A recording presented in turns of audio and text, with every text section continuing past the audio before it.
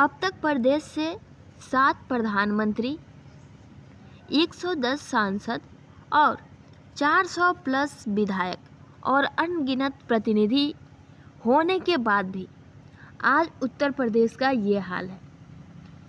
Hello friends, welcome to our channel. Friends, आप भी सोच रहे होंगे कि हम बेरोज़गार इसलिए नहीं हैं कि हमें कुछ नहीं आता है। हम तो बेरोज़गार इसलिए हैं क्योंकि ये सरकार ही नहीं चाहती कि हमें रोज़गार मिले। कुछ अहम मुद्दे इस वीडियो में आप सभी को देखने को मिलेंगे, बहुत ही अहम रहने वाला है आप सभी के लिए। फ्रेंड, जैसे कि आपने देखा होगा कल टेट यानी कि उत्तर प्रदेश शिक्षक पात्रता जो कि पीएनबी द्वारा ये आपका पेपर कराया गया, जो 2 पालियों में संपन्न होनी थी। पेपर स्टार्टिंग से पहले ही जो पूरा पेपर लीक का मामला था वो अभी आप अपनी स्क्रीन पर भी देख सकते हैं कि पेपर लीक कैसे हुआ, ये सब कुछ बताया गया है। और जिसमें गवर्नमेंट की तरफ से, शासनादेश की तरफ से एसटीएफ को लगा दिया गया कि इसकी आगे की जांच की जाए।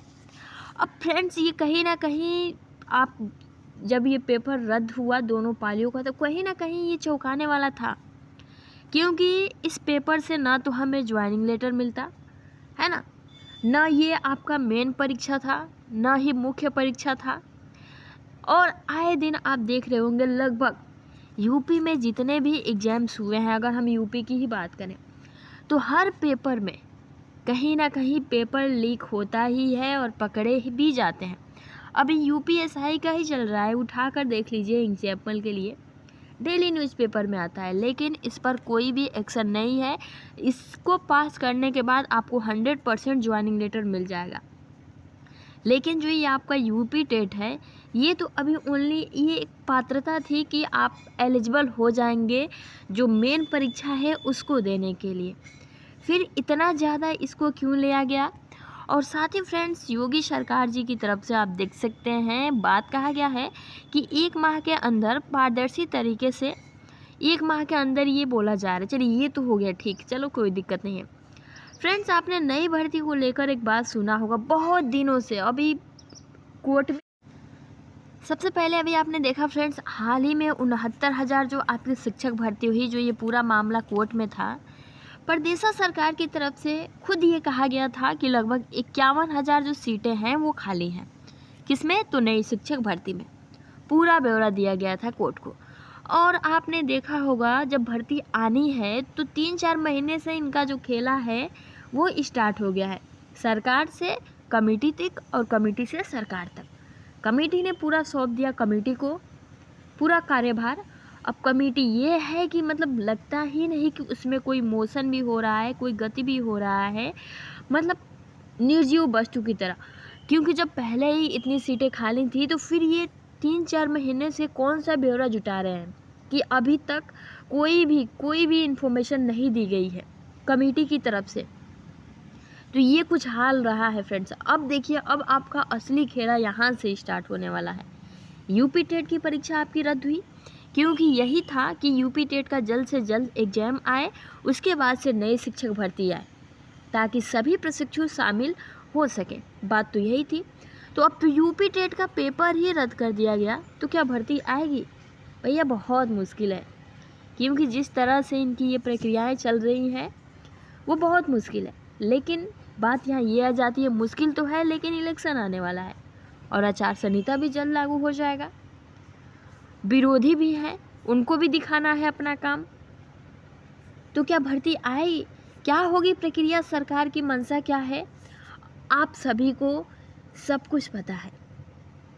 इसमें हमें नहीं लगता कि कुछ भी बताना चाहिए, क्योंकि आए दिन आप देख रहे होंगे भर्तियां भी आ रही हैं, परीक्षाएं भी जस के तस हो ही रहे हैं, लेकिन नियुक्ति नहीं बांटे जा रहे हैं। और अभी आप देख सकते हैं भर्ती लाने के लिए जब प्रशिक्षु ज़मीनी स्तर पर उतरे तो फ्रेंड्स यूपी टेट का पेपर ही रद्द करा दिया गया और कहीं ना कहीं भर्ती पर बहुत ज़्यादा इफेक्ट पड़ा है। अब देख सकते हैं ई पेपर वाले भैया ने भी आर्टिकल पब्लिश करा है कि अब शिक्षक भर्ती में भी होगी प्रभावित और जो छात्र हैं वो निराश हैं। जी हाँ फ्रेंड्स, बीटीसी बीएड लगभग 97,000 रिक्त पदों पर भर्ती कर रहे हैं मांग कि जो भी बेरोज़गार युवा हैं बेरोज़गार नहीं है, बेरोज़गार बनाया गया है गवर्नमेंट की तरफ से, इस शासन की तरफ से, इस प्रशासन की तरफ से।